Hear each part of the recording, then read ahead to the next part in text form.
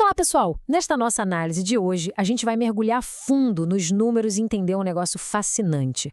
Como as substituições no futebol de elite deixaram de ser só aquela troca de jogador cansado para virar, literalmente, a principal arma estratégica de um técnico.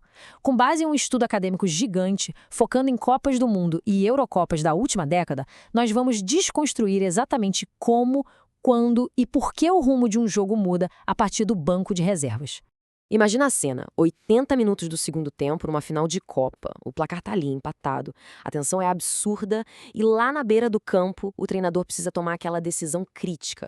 Olhar para o banco de reservas não é mais um ato de desespero, sabe? É xadrez puro, um movimento calculado milimetricamente.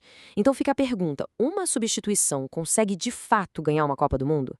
Bom, os dados provam que sim. E para entender o peso real dessa cartada de mestre, a gente precisa voltar um pouquinho numa mudança bem recente que rolou no esporte. Seção 1. A revolução das 5 substituições. Sabe aquilo que começou só como uma medida de proteção à saúde na época da pandemia? Pois é, acabou virando regra permanente. E essa troca do modelo clássico de 3 substituições para o novo limite de 5 não foi só colocar mais gente para correr, não. Isso reescreveu completamente a dinâmica de como o cansaço físico é gerenciado nesses torneios de tiro curtíssimo. E esse número grandão resume o tamanho do impacto. 48%. Os dados mostram um salto impressionante de 48% no total de alterações por jogo. A gente saiu de uma média de 2,87 para 4,26 por partida.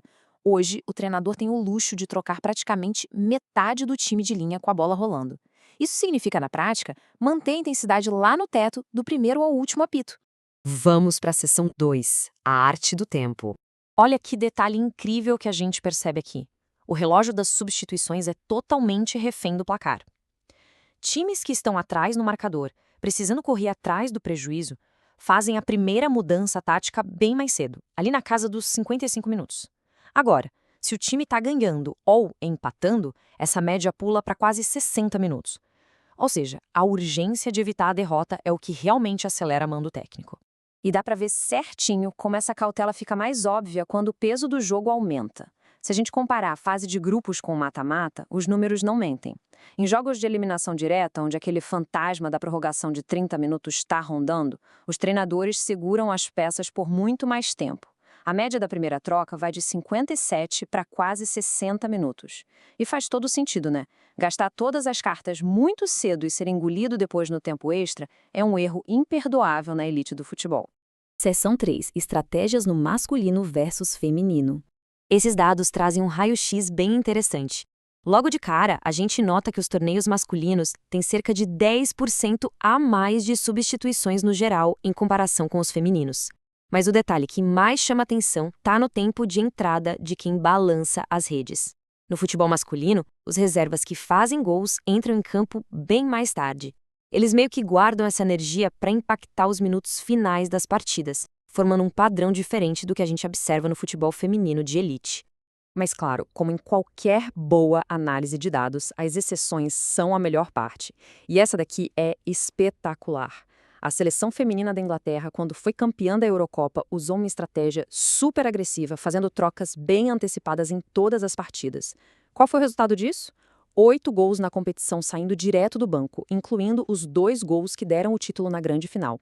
Isso só prova que, por mais que os números mostrem tendências, um pouquinho de ousadia ainda tem o poder de reescrever a história.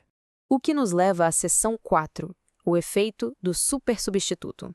Bora dar um zoom nesses caras que mudam o destino do campeonato. A anatomia do famoso super substituto traz números pesados. Eles respondem por 13,4% de todos os gols dessas grandes competições. E não é golzinho de consolação, tá? Metade dessas bolas na rede altera diretamente o placar e o destino do jogo. Mas o mais surreal de tudo é o timing. Estatisticamente, a maior chance de um reserva fazer um gol acontece exatamente 2 minutos depois que ele pisa no gramado. Por que isso? É o ataque explorando a confusão de segundos, já que a defesa adversária ainda está tentando se arrumar e entender quem assumiu qual marcação ali na área.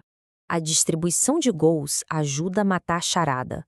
Pensa comigo, os reservas jogam só uma fração minúscula do tempo total, algo perto de 10% dos minutos de toda a competição. Mesmo assim, eles entregam uma porcentagem altíssima dos gols. Se a gente for olhar o rendimento puro por minuto jogado, muitas vezes, quem vem do banco causa um estrago absurdamente maior do que os 11 titulares iniciais. Chegamos à seção 5, o paradoxo da disputa de pênaltis. Imagina a situação. Os 120 minutos acabaram, as pernas pesam 1 tonelada e o juiz aponta para a marca da cal. Com 5 substituições na manga, muita gente acha que descobriu a estratégia perfeita.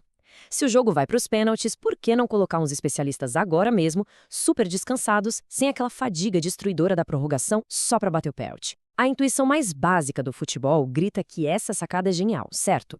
Pois é, mas a intuição errou feio nessa. Os números nos dão uma das maiores surpresas dessa análise. Dá uma olhada nessa disparidade absurda.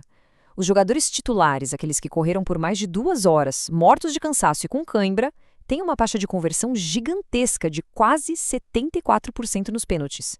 Já os reservas, que entraram limpinhos, fresquinhos e prontos para o chute, convertem só 61,4% das cobranças. O cansaço físico pesou muito, mas muito menos do que o tal do ritmo de jogo.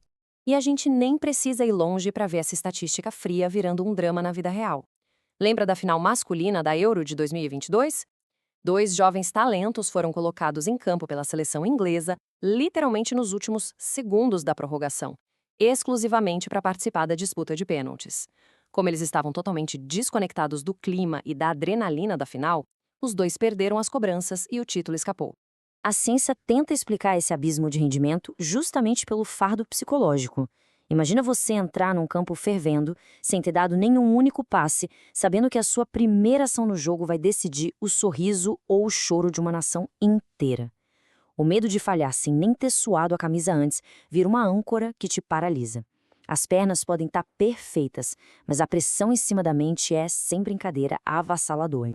O que nos traz para o fim dessa jornada tática, deixando no ar uma reflexão incrível. Nós destrinchamos os dados todos hoje. Entendemos como a regra muda o cansaço, achamos o minuto exato do pico de efetividade de uma troca, vimos gols calculados surgindo após mágicos 2 minutos. Mas aí a gente dá de cara com um absoluto caos emocional na marca do pênalti. Por mais que os algoritmos e as planilhas cheguem perto da perfeição, a mente e o coração humanos continuam sendo aquela variável totalmente imprevisível, a força que move tudo isso. Os dados te dão um mapa de onde ir, com certeza, mas é a coragem humana que dá o passo definitivo. A gente espera que essa visão tática ajude todo mundo a valorizar ainda mais o quão espetacular o futebol pode ser. Até a próxima!